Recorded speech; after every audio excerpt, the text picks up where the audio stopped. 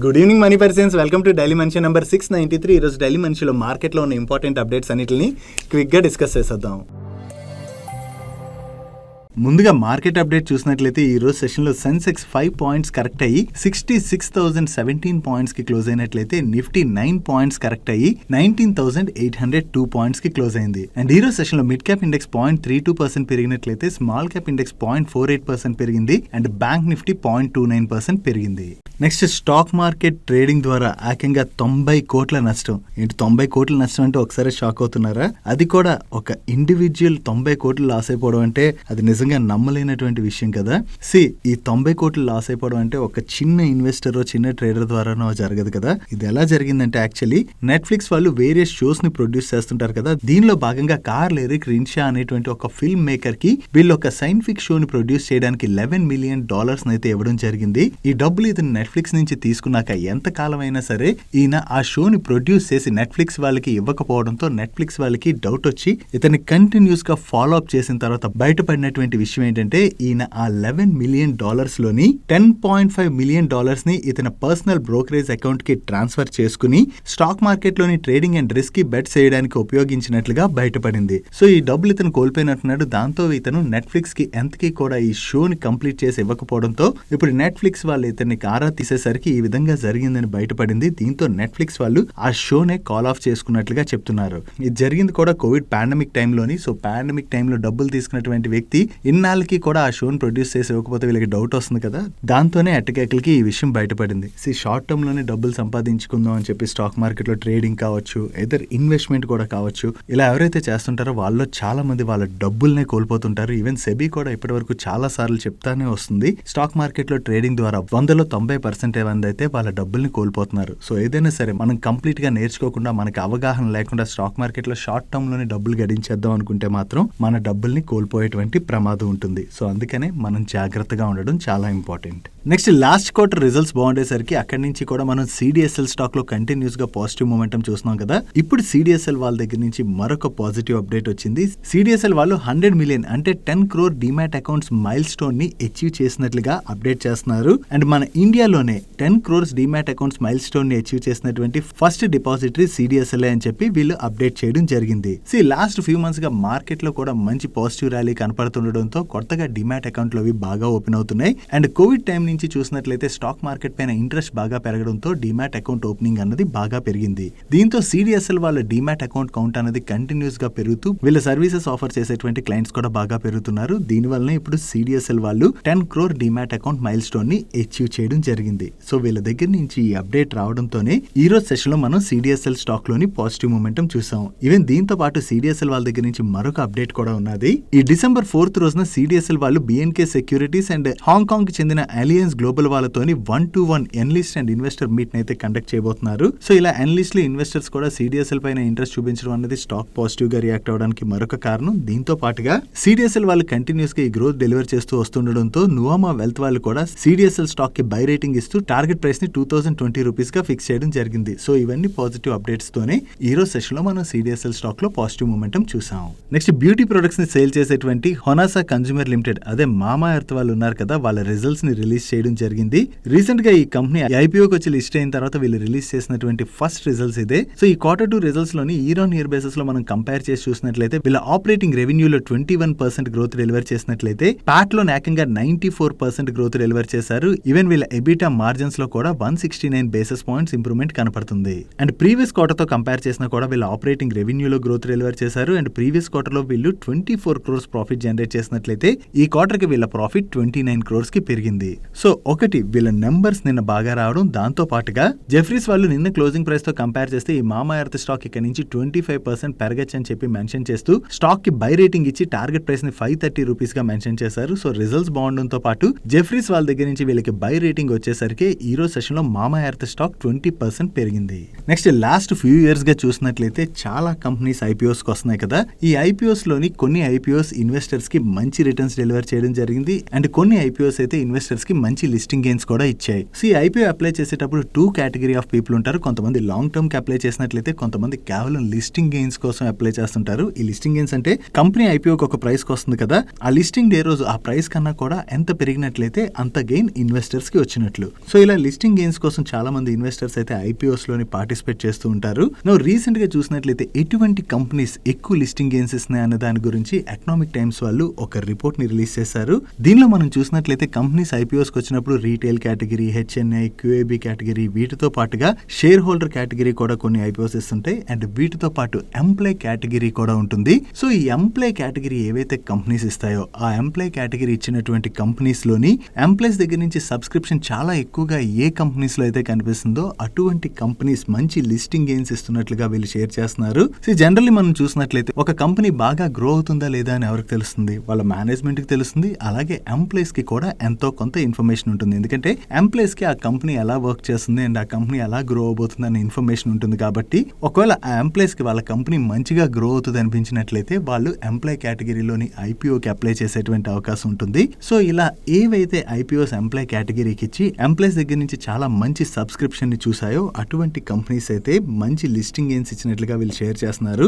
దీనిలో మనం చూసినట్లయితే రీసెంట్ గా ఐపీఓకి వచ్చినటువంటి ఐడియా ఫోర్స్ టెక్నాలజీస్ ఎంప్లాయ్ కేటగిరీలోని 97 టైమ్స్ ఓవర్ సబ్స్క్రైబ్ అయింది. అండ్ ఈ స్టాక్ 94% లిస్టింగ్ గెయిన్స్ ఇవ్వడం జరిగింది. దీని తర్వాత నెట్ వెబ్ టెక్నాలజీస్ ఈ స్టాక్ 53 టైమ్స్ ఎంప్లాయ్ కేటగిరీలోని ఓవర్ సబ్స్క్రైబ్ అయినట్లయితే లిస్టింగ్ రోజు 89% లిస్టింగ్ గెయిన్స్ ఇవ్వడం జరిగింది. ఈవెన్ దీని తర్వాత బెక్టర్ ఫుడ్స్ కూడా మంచి లిస్టింగ్ గెయిన్స్ ఇచ్చింది. దాని తర్వాత రిమైనింగ్ ఏ కంపెనీస్ ఎంత లిస్టింగ్ గెయిన్స్ ఇచ్చాయన్నది మీరు ఇక్కడ స్క్రీన్ పై చూడొచ్చు. వీటిలో ఓన్లీ పిఎస్యూ అయినటువంటి ఐఆర్ఎఫ్సి ఒకటే ఎంప్లాయీస్ దగ్గర నుంచి చాలా మంచి సబ్స్క్రిప్షన్ ని చూసినా కూడా లిస్టింగ్ డే రోజు 4% నెగిటివ్ లో లిస్ట్ అవడం జరిగింది. సో జనరల్లీ చూసినట్లయితే ఎంప్లాయీ కేటగిరీలో ఓవర్ సబ్స్క్రైబ్ అయినటువంటి మోస్ట్ ఆఫ్ ది ఐపీఓస్ అయితే మాత్రం మంచి లిస్టింగ్ గెయిన్స్ ఇచ్చినట్లుగా మనం అర్థం చేసుకోవచ్చు. డైలీ మార్కెట్ లో వచ్చేటువంటి ఇటువంటి ఇంపార్టెంట్ అప్డేట్స్ అన్నిటిని మీతో డీటెయిల్ గా షేర్ చేయడానికి మన మనీ పర్స్ టీమ్ ఏవైతే ఎఫర్ట్స్ పెడుతుందో ఆ ఎఫర్ట్స్ కనుక మీకు హెల్ప్ఫుల్ అవుతున్నట్లయితే వీడియోని మర్చిపోకుండా లైక్ చేయడానికి ప్రయత్నించండి.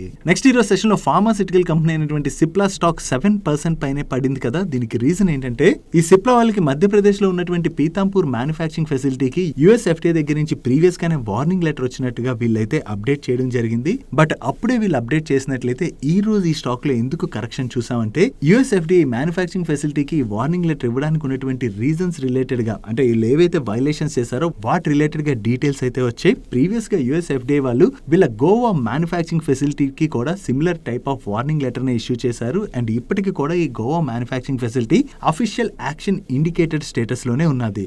Now similar type of observations వీళ్ళ మధ్యప్రదేశ్ పీతాంపూర్ ఫెసిలిటీలో కూడా యుఎస్ ఎఫ్డీఏ వాళ్ళు ఫైండ్ అవుట్ చేసినట్లుగా, దాంతోనే ఈ కంపెనీకి వార్నింగ్ లెటర్ ఇష్యూ చేసినట్టుగా చెప్తున్నారు. అండ్ అంతేకాకుండా వీళ్ళు ఏవైతే అబ్జర్వేషన్స్ ని మ్యానుఫ్యాక్చరింగ్ ఫెసిలిటీకి ఇష్యూ చేశారో వాటన్నిటిని కూడా కంపెనీ అడ్రస్ చేసి రెక్టిఫై చేసే వరకు కూడా వీళ్ళ న్యూ సప్లిమెంట్ అప్లికేషన్స్ అన్ని కూడా యుఎస్ ఎఫ్డీఏ దగ్గర హోల్డ్ లోనే ఉంటాయని చెప్పి, అండ్ వీళ్ళు కంప్లీట్ గా యుఎస్ ఎఫ్డీఏ అబ్జర్వేషన్స్ ని అడ్రస్ చేసి యుఎస్ ఎఫ్డీఏకి ఇన్ఫార్మ్ చేసిన తర్వాత మరొకసారి యుఎస్ ఎఫ్డీఏ వాళ్ళు ఈ వైలేషన్స్ అన్ని క్లియర్ అయ్యాయా లేదా అని చెప్పి రీ ఇన్స్పెక్షన్ చేసి దాని తర్వాత వాళ్ళ డిసిషన్ తీసుకుంటాం అని చెప్పి మెన్షన్ చేయడం జరిగింది. సో యుఎస్ ఎఫ్డీఏ వాళ్ళు వార్నింగ్ లెటర్ ఎందుకు ఇష్యూ చేశారని చెప్పి డీటెయిల్స్ అన్ని బయటకు రావడమే కాకుండా ఫర్దర్ గా వీళ్ళ సప్లిమెంట్స్ రిలేటెడ్ గా న్యూ అప్లికేషన్స్ అన్ని కూడా వీళ్ళు రెక్టిఫై చేసే వరకు కూడా హోల్డ్ లోనే ఉంటాయని చెప్పి మెన్షన్ చేసేసరికి ఈ రోజు సెషన్ లో మనం సిప్లా స్టాక్ లోని ప్రెషర్ చూసాం.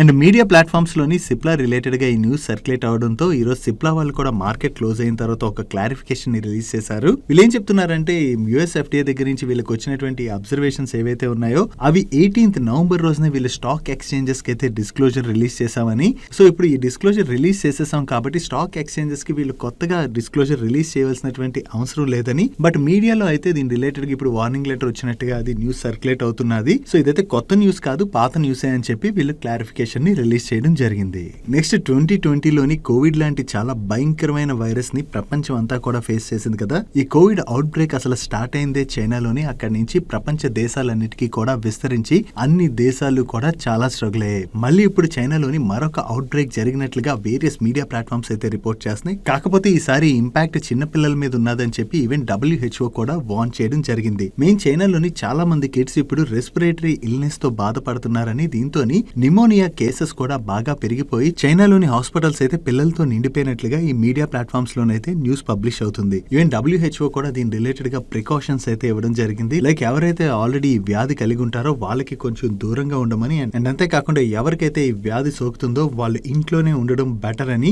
అండ్ దానికి సంబంధించి టెస్ట్లు అవి చేసుకోవడం, కోవిడ్ టైంలో ఎటువంటివి మనం ఫాలో అయ్యామో అటువంటివన్నీ కూడా ఫాలో అవ్వాలని చెప్పి WHO ప్రికాషన్స్ అయితే రిలీజ్ చేయడం జరిగింది. చైనాలో ఇప్పుడు జరిగినటువంటి అవుట్ బ్రేక్ వలన చాలా మంది పిల్లలైతే ప్రెసెంట్ ఇంపాక్ట్ అవుతున్నారని చెప్పి సోషల్ మీడియాలో కూడా వేరియస్ పోస్టులు అయితే వస్తున్నాయి. దేవుడి దయవల్ల ఈ అవుట్ బ్రేక్ ఏదైతే జరిగిందో అది చైనాతోనే ఆగిపోయి మిగతా కంట్రీస్ కి అయితే స్ప్రెడ్ అవ్వకూడదని మనందరం కూడా కోరుకుందాం. నెక్స్ట్, ఆయిల్ అండ్ గ్యాస్ ఇండస్ట్రీలో ఎక్స్ప్లోరేషన్ సర్వీసెస్ ఆఫర్ చేసేటువంటి సేలన్ ఎక్స్ప్లోరేషన్ స్టాక్ ఈ రోజు సెషన్ లో 8% పైన పెరిగింది. దీనికి రీజన్ ఏంటంటే ఈ సేలన్ ఎక్స్ప్లోరేషన్ వాళ్ళు వీళ్ళ ప్రమోటర్ గ్రూప్ కంపెనీ అయినటువంటి యాంటిలోపస్ ఎనర్జీ ప్రైవేట్ లిమిటెడ్ ని సేలన్ ఎక్స్ప్లోరేషన్ లోని అమల్గమేషన్ చేయడానికి వీళ్ళ బోర్డు అయితే అప్రూవ్ చేయడం జరిగింది. ఇంకా ఈ అమల్గమేషన్ రిలేటెడ్ గా వీళ్ళకి వేరియస్ అప్రూవల్స్ అయితే రావాలి. ఈ అమల్గమేషన్ చేయడం వలన సేలన్ ఎక్స్ప్లోరేషన్ కి వచ్చేటువంటి బెనిఫిట్స్ ఏంటంటే ఈ బోత్ కంపెనీస్ ఉన్నటువంటి టెక్నికల్ క్యాపబిలిటీస్ ని షేర్ చేసుకోవడం ద్వారా కంపెనీ యొక్క గ్రోత్ అయితే అది చాలా హెల్ప్ఫుల్ అవుతుందని, దీనివల్ల ఇన్వెస్టర్స్ అయితే బెనిఫిట్ పొందబోతున్నారని చెప్తున్నారు. అండ్ అంతేకాకుండా కంపెనీ యొక్క పోర్ట్ఫోలియోను కూడా డైవర్సిఫై చేయొచ్చని వీళ్ళు చెప్తున్నారు. దీంతో పాటుగా వీళ్ళ బోర్డు ఈవెన్ మల్టిపుల్ వేస్ లోని 250 crores రూపీస్ ఫండ్ రైజ్ చేయడానికి కూడా అప్రూవ్ చేయడం జరిగింది. సో ఈ అప్డేట్ ఎప్పుడైతే సర్క్యులేట్ అయిందో ఇది కంపెనీ రిలేటెడ్ గా పాజిటివ్ కాబట్టి ఈ రోజు సెషన్ లో సేలన్ ఎక్స్ప్లోరేషన్ స్టాక్ లో మనం పాజిటివ్ మూమెంటం చూసాం. Next, casino and online gaming services offer చేసేటువంటి డెల్టా కార్ప్ అండ్ వాళ్ళ సబ్సిడరీస్ పైన కొన్ని కోట్ల రూపాయల GST డిమాండ్ అయితే రైజ్ చేసినట్టుగా మనం ప్రీవియస్ గా డిస్కస్ చేసుకున్నాం కదా. ఆ టైంలో డెల్టా కార్ప్ స్టాక్ లో కూడా మనం ప్రెషర్ చూడడం జరిగింది. ఈవెన్ డెల్టా కార్ప్ వాళ్ళు కూడా దీనికి రెస్పాండ్ అవుతూ వీళ్ళకి రిసీవ్ అయినటువంటి GST డిమాండ్ రిలేటెడ్ గా వీళ్ళు లీగల్ గా ఫైట్ చేయబోతున్నట్టుగా కూడా చెప్పారు. దీని రిలేటెడ్ గా మీడియా ప్లాట్ఫామ్స్ ఏం రిపోర్ట్ చేస్తున్నాయంటే ఈ రోజు డెల్టా కార్ప్ వాళ్ళ సబ్సిడరీ కంపెనీ కోల్కతా హైకోర్టులోని 6,400 crores rupees tax notices related గా ఛాలెంజ్ అయితే ఫైల్ చేసినట్టుగా అప్డేట్ ని షేర్ చేస్తున్నారు. వీళ్ళు కోర్టులో అయితే పిటిషన్ ఫైల్ చేశారు. బట్ కోర్టు నుంచి ఎటువంటి వర్డిక్ట్ వస్తుంది అన్నది ఇంపార్టెంట్. ఒకవేళ కోర్టు నుంచి డెల్టా కార్ప్ రిలేటెడ్ గా పాజిటివ్ వర్డిక్ట్ వచ్చినట్లయితే అది డెల్టా కార్ప్ కి పాజిటివ్ అవుతుంది. అలా కాకుండా కోర్టు కూడా వీళ్ళు GST ని పే చేయాలని చెప్పి తీర్పిచ్చినట్లయితే అది మనం డెల్టా కార్ప్ రిలేటెడ్ గా నెగిటివ్ గా అర్థం చేసుకోవచ్చు.